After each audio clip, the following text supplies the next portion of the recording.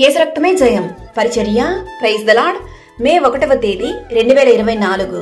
ఈరోజు దేవుని వాక్యము, దాసులారా మనుషులను సంతోషపెట్టు వారైనట్టు కంటికి కనబడవలెనని కాక ప్రభువునకు భయపడచ్చు శుద్ధాంతకరణ గలవారై శరీరమును బట్టి మీ యజమానులైన వారికి అన్ని విషయములలో విధేయులై ఉండుడి.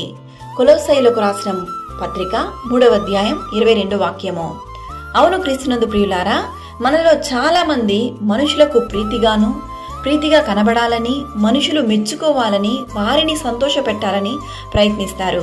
కొంతసేపు కనబడి అంతలో మాయమైపోవు ఆవిరి వంటిది మన జీవితం. కావున ప్రభువునకు భయపడుచు శుద్ధాంతకరణ గల వారై మీ యజమానులైన వారికి అన్ని విషయములలో విధేయులై ఉండుడి. కృపా సహితముగా మీ హృదయములలో దేవుని గూర్చి గానము చేయుచు సమస్త విధములైన జ్ఞానముతో క్రీస్తు వాక్యము మీలో సమృద్ధిగా నివసింపనీయుడి. మనుషులైన వారికి అన్ని విషయములలో విధేయులై ఉండుడి.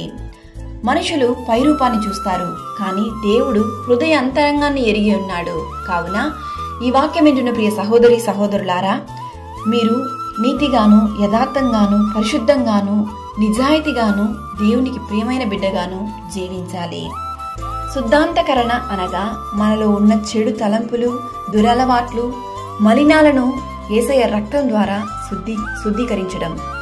మనలో ఉన్నటువంటి ప్రతి పాపములు, కొరతలు అన్నిటినీ యేసు నామంలో ఇప్పుడే దేవుని సన్నిధిలో క్షమాపణ కోరి దేవుడు మనకు అనుగ్రహించు సంపూర్ణమైనటువంటి పరిశుద్ధాత్మ శక్తిని పొందుకొని దేవుని దీవెనలు పొందుకొందుముగాక. ఈ మే నెలంతయు దేవుని యొక్క కృపా కనికరము దీవెనలు మీకు, మీ కుటుంబానికి, మీరు చేయు పనులన్నిటిలోనూ తోడయుండును గాక. ఆమెన్. God bless you.